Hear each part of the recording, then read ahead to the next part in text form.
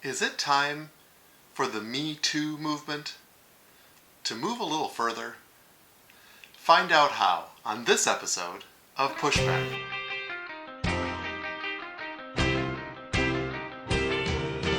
Go, go, go, Jonny, go, go. Go, Jonny, go, go. Go, Jonny, go, go. If you're concerned about the direction our culture is heading, then maybe it's time to push back.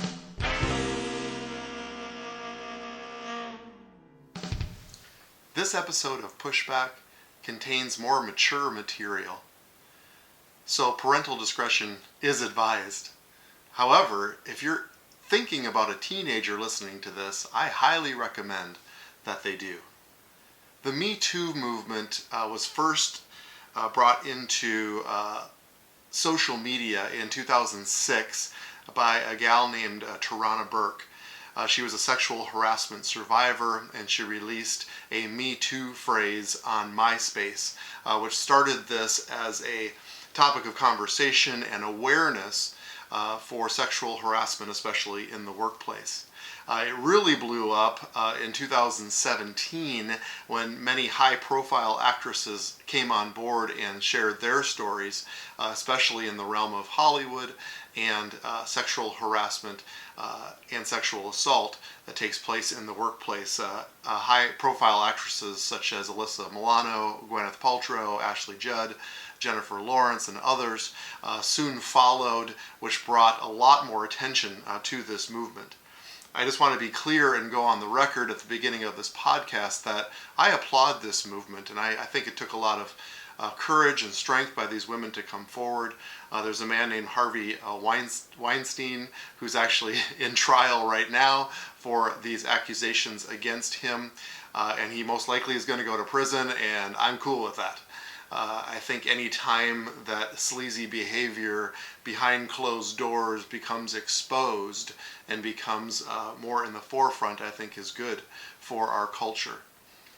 This movement, I believe, interestingly, has actually revealed or exposed a real cultural brokenness that we have, maybe exposed a root, how we view sexuality as a whole. I think it's critical that we are comfortable discussing this and pressing into this as we talk about pushing back against the culture and the things that we care about.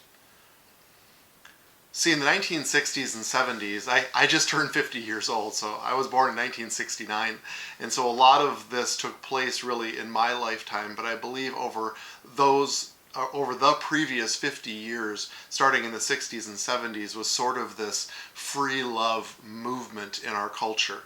You know, the make love, not war type movement that was happening.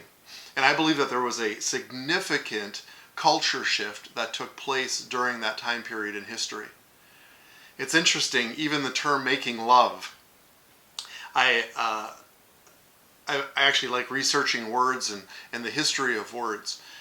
Making love prior, interestingly, to 1960 meant something completely different. It just meant romantically speaking one to another. I've been actually really into Agatha Christie novels lately. I enjoy those quite a bit. And there was a line about an actress in one of the books that I was reading, and she said in this book, she said, "Well, I spent my whole career on the stage making love." Now, of course, today that would raise our eyebrows as sort of an odd thing to say. Back then it wasn't odd at all, because making love just meant speaking romantically to each other. And I think it's really no surprise that that term shifted in the 60s and 70s to the physical act of sex. And it switched, in my opinion, to actually a hope that lust and physical sex could somehow create or make love. I believe the term actually shifted with this weird sort of inherent broken hope that free expression of love physically could somehow make love. Well, my friends, we've had 50 years now of our culture living in this environment. It's sort of been a test tube as we watched this great free love experiment. And my question for you is, how is that working out for us? We have 50 years that we can look back and see the devastation and the effects of this type of culture. Let's talk some statistics. So rates of gonorrhea have rose by 67%, syphilis by 76%, and chlamydia by 21%, to a total of almost 2.3 million cases nationwide. That's just our country. According to the CDC, 2017 surpassed 2016, as has been the case in the last 4 to 5 years of increasing STD cases. And it's been on a steep rise. Let's talk about unwed mothers. In 1968, the percentage of unwed mothers was 7%. In 2017, over 30%, actually closer to 40%. And in the black population, it's a staggering 77%. This is an epidemic of fatherlessness. And there is an absolute link, of course, between unwed parenting and poverty. With this is Americans, 3 in 10 Americans who are a single parent living under the poverty line. Studies show that we are more anxious, more depressed, more suicidal, more addicted, and disconnected. And I thought free love was supposed to remove all of those things. Was supposed to remove the taboo and the moral dogmas that were supposed to drive us down. We're supposed to be set free. 50 years of experience has shown that culture is not working. It's time, my friends, that we push back. We can tell the culture, you've had your chance. We've experimented with free love. We've experimented with free sex, and it's not working. So what do? It just blows my mind as I begin to research some of these topics, because so many secular journalists, so many secular psychologists are trying to double down on this sexual craziness and recommend that perhaps the answer to the Me Too movement or the percentages of our problems in unwed mothering and STDs, the things that are rising, is to actually teach our children more about sex and at a younger age. Are you kidding me? Doubling down on what already isn't working. I think that's the definition of insanity. See, we have proposed an unrestrained lust as a culture, and then we're surprised when there are consequences to unrestrained lust. See, we always tend to look at behavior and not the heart. You'll hear me utter that phrase many times as we go forward with these podcasts. We tend to look at behavior and not the heart. Why are we behaving this way? Why did the culture shift? See, how about we propose not giving ourselves away to find something that free sex can never provide? So let's be clear. When we give ourselves away sexually to someone that is not our spouse, we are actually doing it for gain. There's something in it for us. We want something. And it is the me, selfish culture that has driven a lot of this behavior. So what are we looking for? We're looking for intimacy, belonging, a feeling of being wanted. Maybe if I give myself away to this person will stick around a while. Maybe it's for their reputation with peers. Maybe it's just satisfying your own pleasure. What it's not about is relationship or commitment. It's actually an act of desperation. See, you will be treated how you think you deserve to be treated. Now, I want to be super clear. I started out this podcast talking about the Me Too movement, and I want to be super clear that the women that were victims of sexual assault, they didn't ask for it. They didn't invite it. I want to be very clear.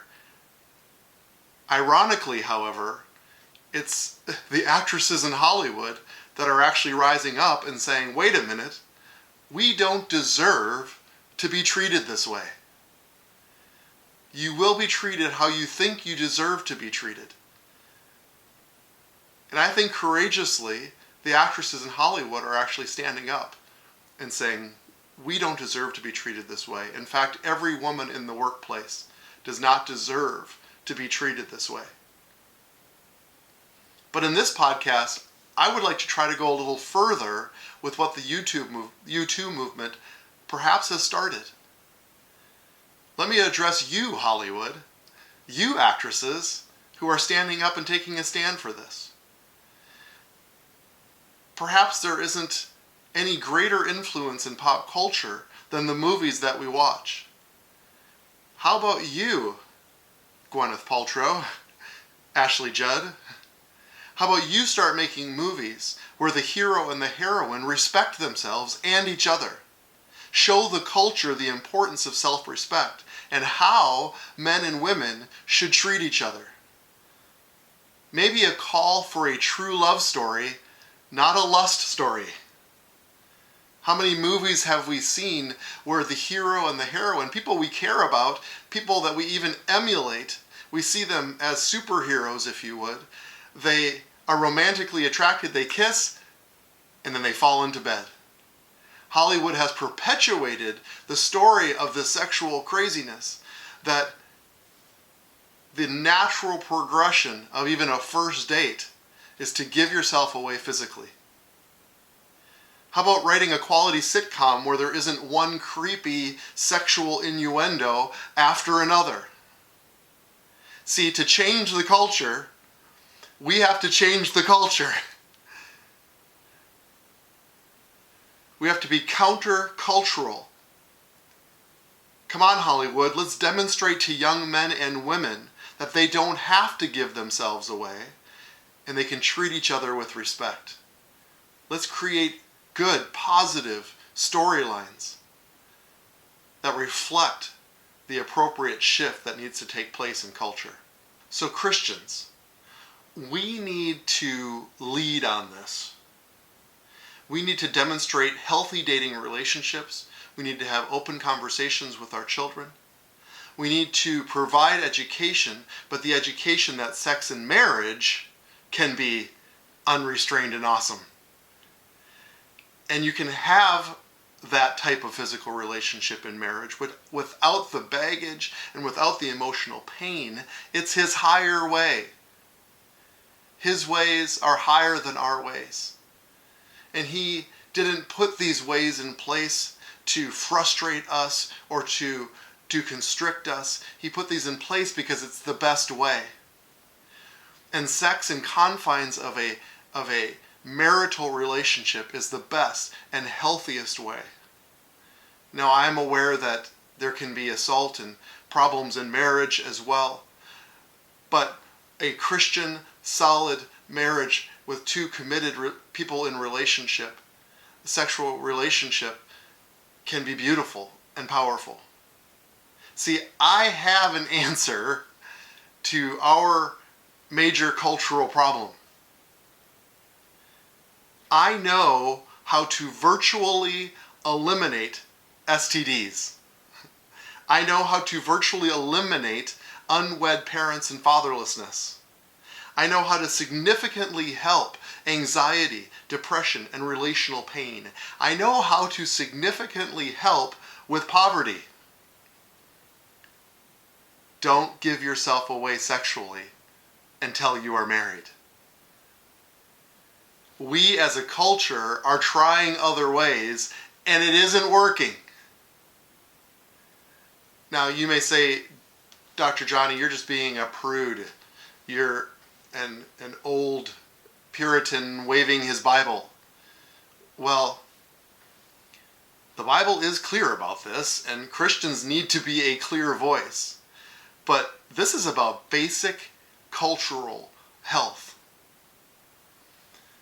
In a self-gratifying culture in which we live, this is going to require sacrifice, but it's just temporary sacrifice. You can have a lifetime of great sex with your spouse, which is stress-free, baggage-free, guilt-free, shame-free. It's the higher way. Sex in marriage, and only in marriage, becomes about the other person. An expression of committed love, not making or trying to manufacture love. See, our culture shifted in the 60s and 70s, but I believe with my whole heart, it's my passion in life, that in one generation, the culture can shift back. It can push back. So you will be treated how you think you deserve to be treated. See, my friends, I have 4 incredible daughters. And my daughters are royalty. And guess what? That's how they think they should be treated. In fact, if anyone's thinking about dating my daughter and not treating them as royalty, they need not apply. See, that's the answer. It's identity. It's self-respect. You, my listener, are royalty. Don't give yourself away. See, I believe that's the education our children need. Identity, security, self-respect. I hear so many parents say, kids are going to do what kids are going to do, so they might as well be safe. It drives me crazy because we are not helpless victims. And parents, you are their parent, and they need to be parented. They're calling out for it. They want to be safe and secure. Because they are dating someone doesn't mean they are in a committed relationship. Actually, by definition, it means they aren't. So they don't need to take it to the quote-unquote next level. Here's a talking point for your children. Train them to tell their prospective girlfriend, boyfriend, that they need to respect you. Respect boundaries. Have them throw this out as a litmus test. If you're going to date me, it's going to be with these boundaries. And then see if that, quote unquote, love of their life stays around. It's kind of a simple test, isn't it? But it's a challenge to our children. It's a challenge to us as parents. See, do you want to be, or have your children be, lusted after? Do you want your children to be driven or motivated by lust? If the answer is no, then we have to push back. See, I think this is at the heart. This is at the bottom foundational layer of something like a Me Too movement. It's about relational respect and boundaries. See, I want this movement to go even further, to address the cultural attitude towards sex. I want to empower our young people to make healthy decisions. I want them to declare that they are going to wait until they are married to have sex. And then for the rest of the generation to say, me too.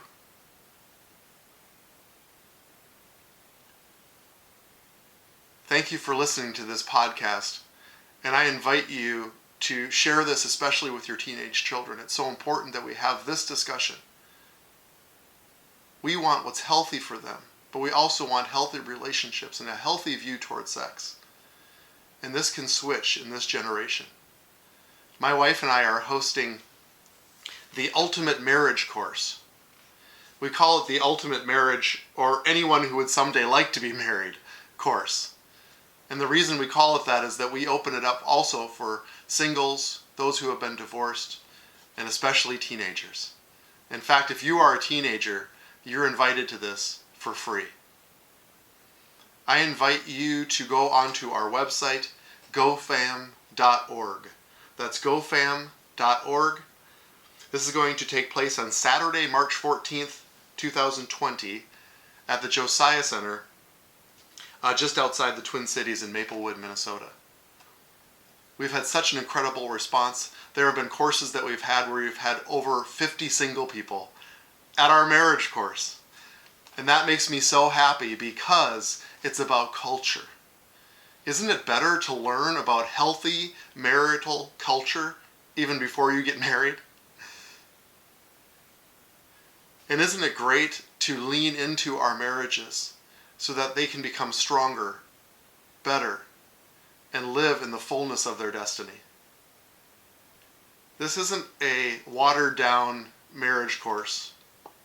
This goes deep into what the Father intended for marriage from the very beginning of time.